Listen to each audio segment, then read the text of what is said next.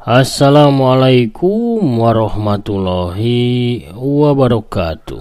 Sampurasun mitra kaum dangu baraya mancomania salam dunya. Para mancower anu mika cinta kana dongeng Sunda, wilujeng siang wilujeng sonten. Mugi-mugi sesarengan urang ieu aya dina kalancaran pamiarsanya.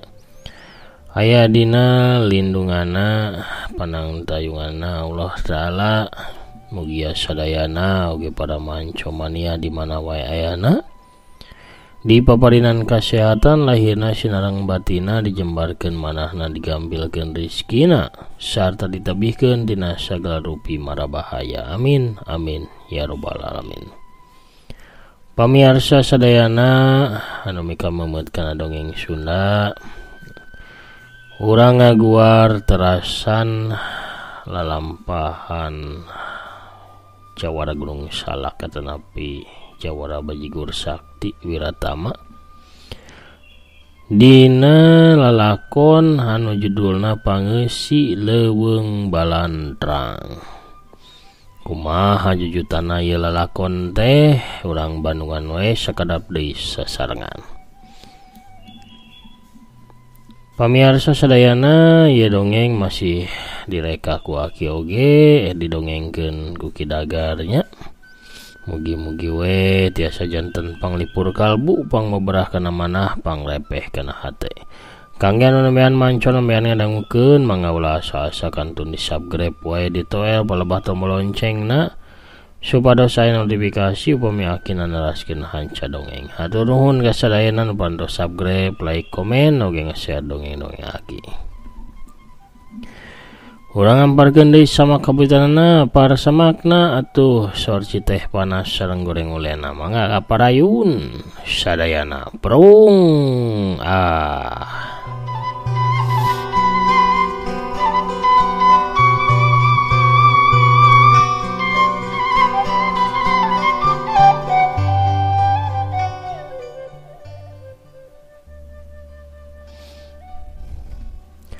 Bulan moncorong nyangan peuting, sanajan geus teu purnama tapi bulan teh masih 3 parapatna.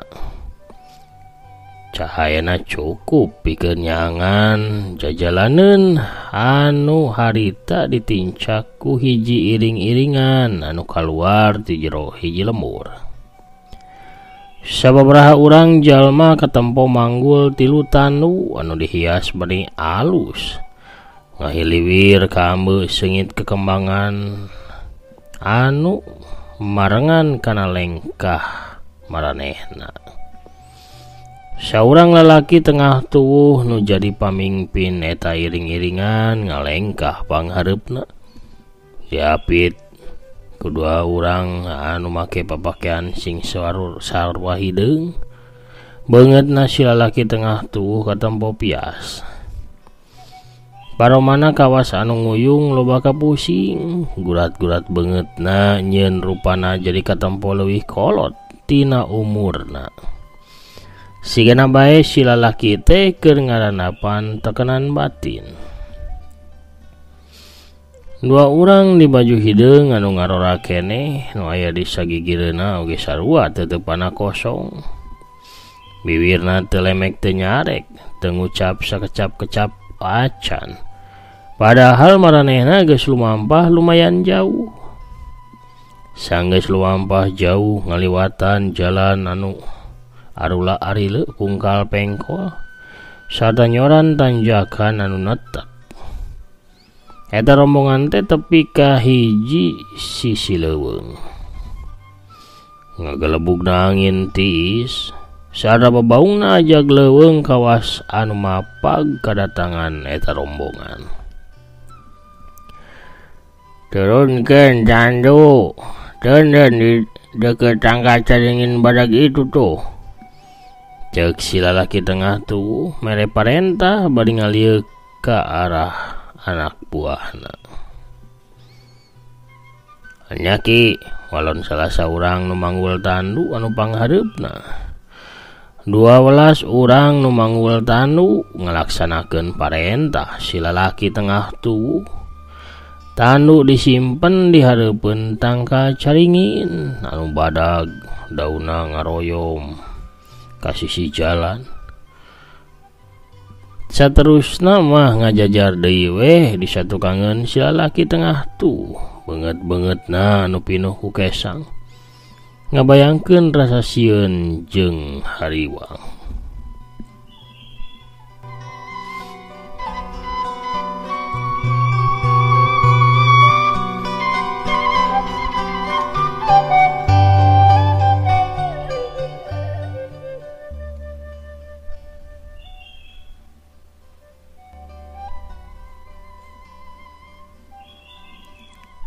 Ki, sakuruna orang teh ulangan tapi kejadian terus-terusan kieu Ki.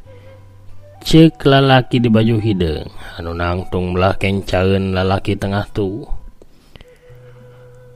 Ngaharewas ka si lalaki tengah tuwuh sorana rada ngageter.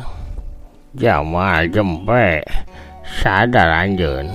Omongan anjeun teh candreng se caritaan si lalaki tengah tuwuh. Si baju hideung anu disebut Jamal teh ngadadak rubuh. Awakna tuluy kekejetan panonna ngapurileng, dua leungeunna nyekek kana beuheungna sorangan. Seolah-olah Jamal teh keur maehan dirina sorangan. Beungeutna jadi semu hejo. Tina pori-pori kulit beungeutna kalaluar getih segar. Beungeut Jamal jadi pinuh ku getih. Kejat ceklek kulapes. Jamal cicing teu usik deui. Jamal, Kang Jamal, kunaon anjeun teh Kang? Lalaki anu di baju hideung anu hijina ngarasa reuas. Manehna gancang muru ka Jamal anu geus jadi mayit. Sarka, ulah ngarampa awakna, lamun anjeun masih keneh hayang hirup.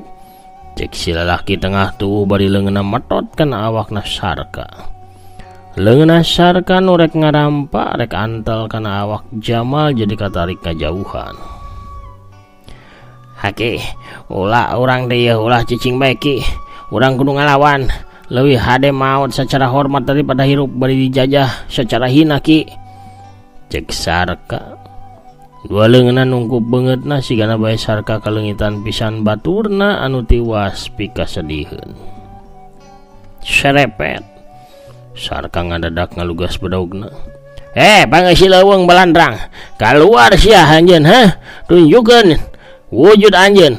Kaula ieu bakal nyang hareupan anjeun. Hayo kaluar. Lawan kaula. Sarka kawas anu kasurupan. Terus gogorowokan nangtang bari ngacung-ngacungkeun bedaugna ka arah leuweung anu katelah leuweung balandrang. Gorowokna Sarka mawa aweuhan, nyulusup asup tepi ka jero leuweung. Sora Sarka teh dipapag ku babaungna sora ajag leuweung anu mani patembalan. Anggota rombongan anu sejena nyaeta urang-urang lembur langsung andiprek tuluy sumujud tarangna diantelkeun kana jukut. Ampun, kami nyuhunkeun ampun. Nya ampun. Urang-urang lembur, hudang sia. Teu kudu minta ampun sagala mana kawan ni aranjeun. Hayu urang bebarengan sang hadepan eta iblis. Cek Sarka. Jombe Sarka. Juga saurang lalaki nembalan. Sing sadar, gancang minta ampun. Tembak salah saurang urang lembur. Alah sia, dasar leutik burih. Cek Sarka.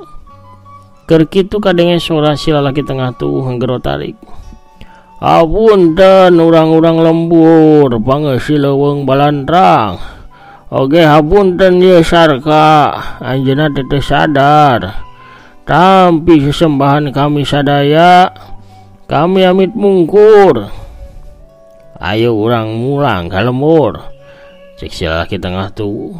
Cabekan ge cengkat siap-siap pikeun mulang ukur Sarka nu masih lajag lejeg bari nyekelan bedaugna.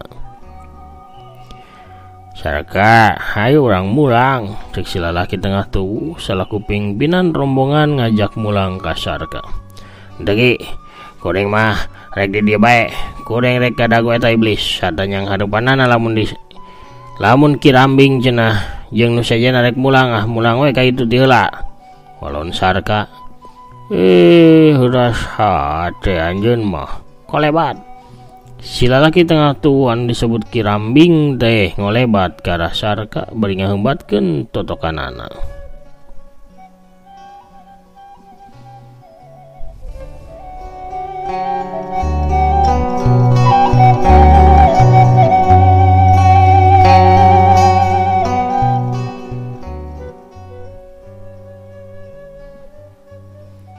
Sarka nu keur panas hate ngarasa reuwas ngadadak di tarajang kitu gancang manehna puterkeun bedogna pikeun namengan dirina.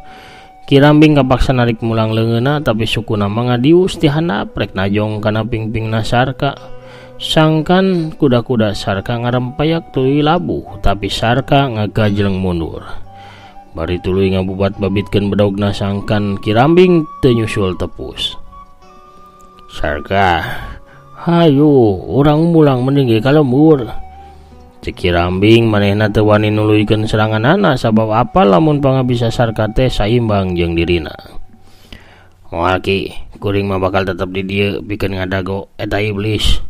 Tembal Sarka keukeuh. Sarka, yeuh. Urusan pangeussi leuweung Balandrang mah urang pasrahkeun we ka Ki Jatar. Ayeuna mah hayu urang mulang bebarengan. Ulah maksa ki. Lamun kuring mulang kuring teh bakal disengsirikeun ku arwahna Kang Jamal ki. Lamun aki jeung nu sajana rek mulang mah mangga mulang bae ti heula. Cek Sarka anu hatena ngarasa kalengitan pisan ku Jamal dulur sapagurona. Hanya geus ari teh kadanjeun kitu mah. Kumaha anjeun bae. Cek kirambing sorana ayeuna mah leuleuy. Kirambing ngalengkah ngadeukeutan ka Sarka, manehna teh pura-pura ngeleh padahal mah neangan kasempatan anu hade. Sabab lamun diheurasan mah Sarka teh bakal ngalawan bae.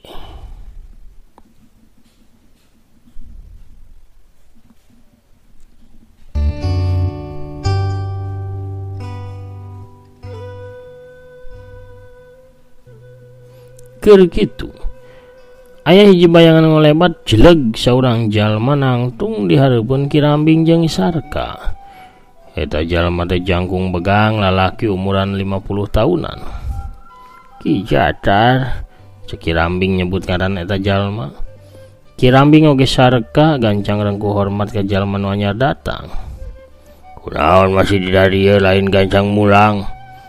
Hayo geura marulang sakabeh pangeussi leuweung sakabeh pangeussi lembur. Hayo marulang. Samemeh pangeussi leuweung Balandrang ke ambak de murka ka urang. Cek Ki Jatar. Ki Jatar teh kepala desa di desa Ciherang lemburna sakabeh jalma nu haritaya di dinya. Kirambing anu bieu ngeluk tungkul nyangkatkeun sirahna. Apunten Ki, ieu teh kajantenan teh di luar kadali abdi. Nah bener kitu Sarka. Kenaon eta bedog dilugas kitu. Cek Ki Jatar mencrong ka Sarka. Tapi Ki, Kang Jamal Ki teuwas Ki ditandas aku pangeussi leuweung Balandrang. Anjeun teh rek jadi pahlawan. Sarungkeun eta bedog. Sarangkan gancang mulang ka lembur. Teu tiasa Ki, abdi bade di dieu bae pikeun yang hadepan eta iblis. Oh, jadi anjeun teh ngabantah, ngabantah kana parentah kaula Sarka. Anjeun hayang sanasib jeung si Jamal,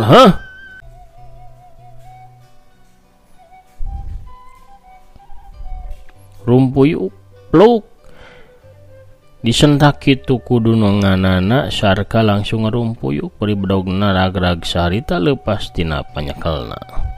Ki Jatar ngalengkah ngadeuketan ka Sarka. Ki Jatar harita nepakan tak-tak Sarka. Ampura kaula Sarka. Sakuduna maka ulah teh teu perlu nyarita kasar kitu ka anjeun. Awak Sarka dihudangkeun ku Ki Jatar, badogna dipulung sarta diasongkeun ka anak buahna eta. Hayu ayeuna mah urang mulang, cek Ki Jatar. Badog teh ditampanan ku Sarka tuluy diasupkeun kana sarangkana. Tapi naki Ki Jatar teu ngawalon, langsung ngaleng Sarka bari dibawa lempang. Sarka teu bisa nolak. Ki Rambi ngarahu, tuluy narik napas panjang.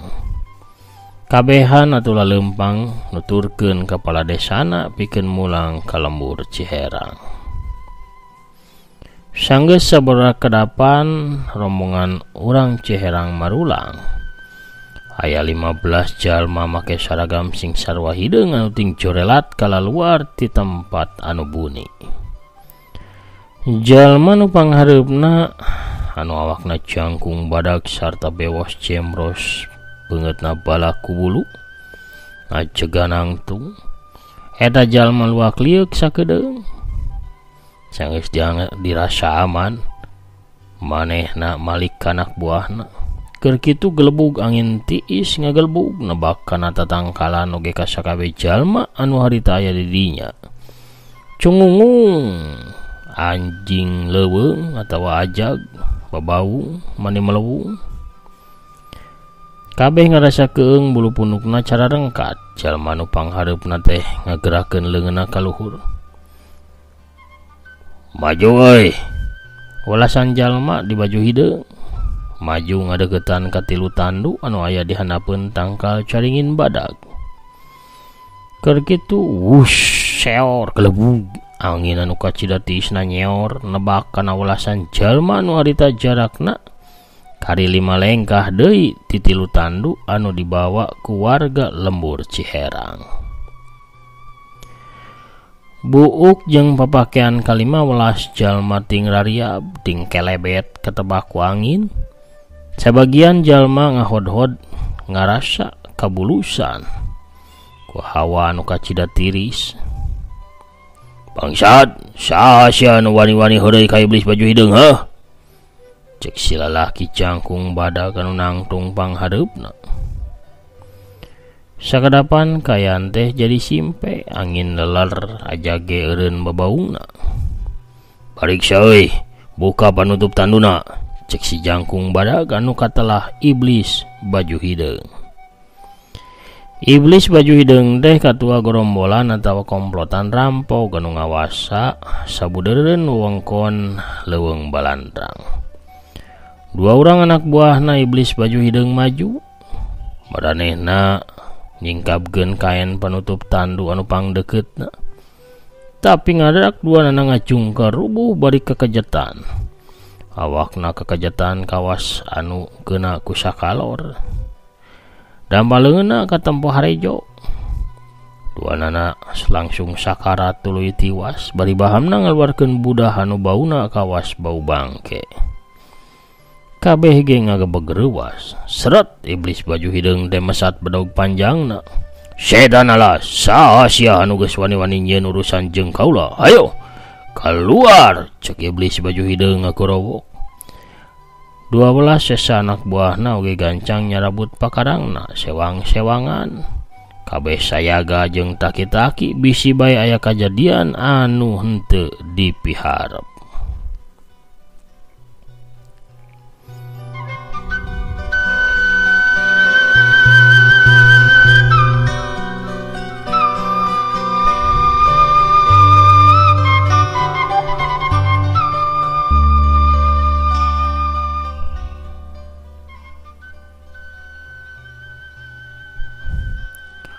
Kolebat 2 bayangan bodas ngolebat datang ti arah jero leuweung.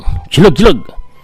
2 bayangan teh ngajegan nangtung jarakna 2 tumbak di tempat nangtungna iblis baju hideung. 2 jalma nu anyar datang teh make papakean jubah bodas. Sirahna dikurudung bodas teu katempo buukna.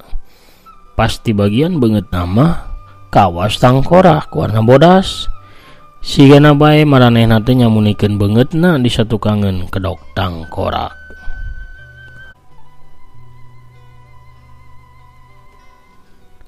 Jadi ada anjeun anu geus wani-wani milu campur kana urusan kaula. Anjeun kudu tanggung jawab karena dua nyawa anak buah kaula curig leuweung sia. Sentak iblis baju hideung bari molotot. Lain kami anu nyeun urusan, tapi anjeun anu geus cucungga rek ngarebut si Tandu. Sasajen pikeun dunungan kami pangeus leuweung balandrang. Walon salah seorang anu dijubah bodas. Jadi bener omongan orang lemur teh. Yen geus saya jalma asing anu coba-coba ngarebut kakawasan aing. Wewengkon anu dijaga ku aing. Kurang ajar. Kirantos satena iblis baju hideung. Bangsat. Jadi anjeun anu katelah pangeus leuweung balandrang teh.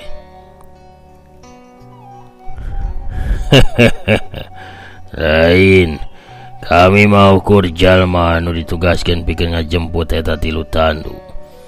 Kami mah katelah sapasang dedemit lengkob maut. Iblis baju hideung rada ngagebeg. Sabab manehna apa lamun sapasang dedemit lengkob maut teh lumayan boga ngaran di dunia pasilatan mah. Tapi kakara harita manehna bisa patepung jeung adu hareupan secara langsung jeung iblis jeung dedemit lengkob maut. Barudak serang! Iblis baju hideung ngegero mere parentah ka sakabeh anak buahna. 12 urang disaragam hideung teh langsung tingkah rajleng maju ngarepuk ka sapasang dedemit lengkob maut. Dina kayan kitu jurelat kalayang cele aya saurang awewe tengah tuh di samping jangkung make kabaya bodas leungeun kencana ngelek boboko sedangkan leungeun katuhuna nyeklan nyiru anu disuhun dina luhur sirahna. Hep keheula ieu erek perang atau rek tarung mah keheula ibi rek dagang heula ieu mungpung can gerelut ieu tah supaya tanagana kuat jeung tarungna rame tah dia sian heula ku aug ieu amis raos kareueut geura matak dedeyeun aug ibi mah ieu ceuk pancoman ieu ge tah ieu kukurawu alias urap jagong sok mangga jarajan heula sok bade sapincuk ewang tah 3 pincuk ewang sok mangga dianjuk kekenging ieu dagangan ibi mah. Pohara pamirsa kuno rojolna Bisarwiti tukang awug anu ngidar ka palih dieu urang cekapkeun heula atuh dongengna dugi ka dieu. Dedemit leuweung balantrang bagian anu munggaran cag urang teudeun heula dihandeuleum sieum geusan sampeureun. Urang tuna heula dihanjuang siang geusan alaeun urang sampeur deui engke di bagian anu salajengna.